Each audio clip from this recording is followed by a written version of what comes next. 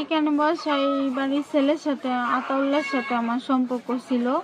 সম্পর্ক হওয়ার পর সে আমার সাথে শারীরিক সম্পর্ক করছে, বিয়ের কথা বলে, বিয়ে করবে বলে। তারপর সে এখান থেকে পালায় আসছে, আয়সা ফোন বন্ধ করে দিচ্ছে।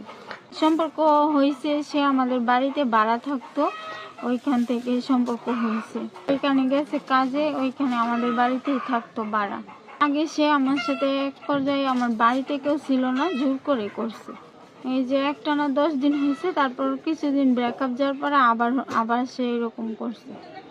সম্পর্কতে সে আমার বাড়িতে থাকছে, সে আমার এই যে সম্পর্কর কথা, কারণ আমি চাইতেছি যে সে আমার ক্ষতি করছে, আমার মান-ইজ্জত মারছে, আমার নষ্ট করছে। সে আমাকে বিয়ের প্রতিশ্রুতি দিয়ে এরকম করছে, সে আমাকে বিয়ে করবে, এটাই আমার দাবি। আতাউল্লাহ না পাইলে আমি এখান থেকে যাব না, আমি আসছি, এইখানেই থাকবো। সে যতক্ষণ আমার বিয়ে না করবে আমি এখান থেকে যাব না। দরকার লাগলে এইখানে আতাউল্লাহর বাড়িতেই বিষ খায়া বা যে কোনো কিছু করে মারা যাবো। তারপর আমার মৃত্যুর জন্য দায়ী থাকবে আতাউল্লাহ আর আতাউল্লাহর ফ্যামিলি। আমার সাথে আমার মা আসছে। জি না, আমার বাবা নাই। যোগাযোগ সে 3 তারিখ থেকে মোবাইল বন্ধ করছে। 3 তারিখ, হ্যাঁ 3 তারিখ ডিসেম্বরের 3 তারিখ থেকে মোবাইল বন্ধ করছে। তারপরে আর সে আমার সাথে কোনো যোগাযোগ করে নাই।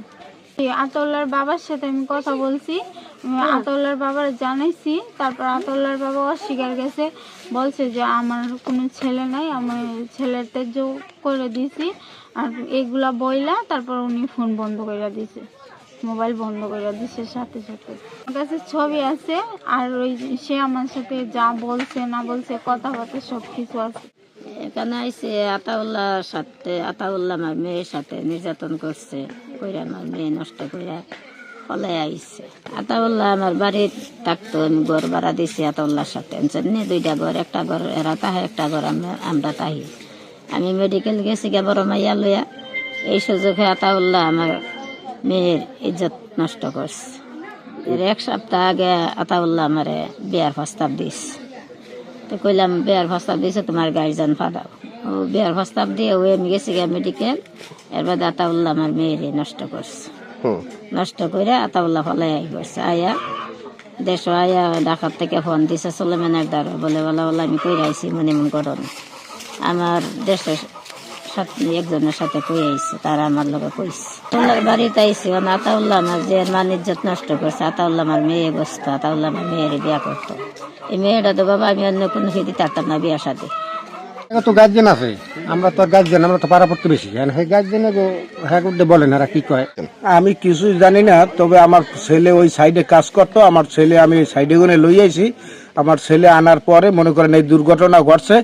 ওই ইহাগোর নাম্বার ছিল, ওই নাম্বারে ওই ধরনের লোক থেকে সংগ্রহ করে আমার ঠিকানা দিয়ে তারা পাঠাই দিয়েছে। এখন আমি সকালবেলা ঘুম থেকে উঠতে দেখি কি দেই হারা, আমি কোথায় যাইলেন, এইবার কইছে এই ঘটনা।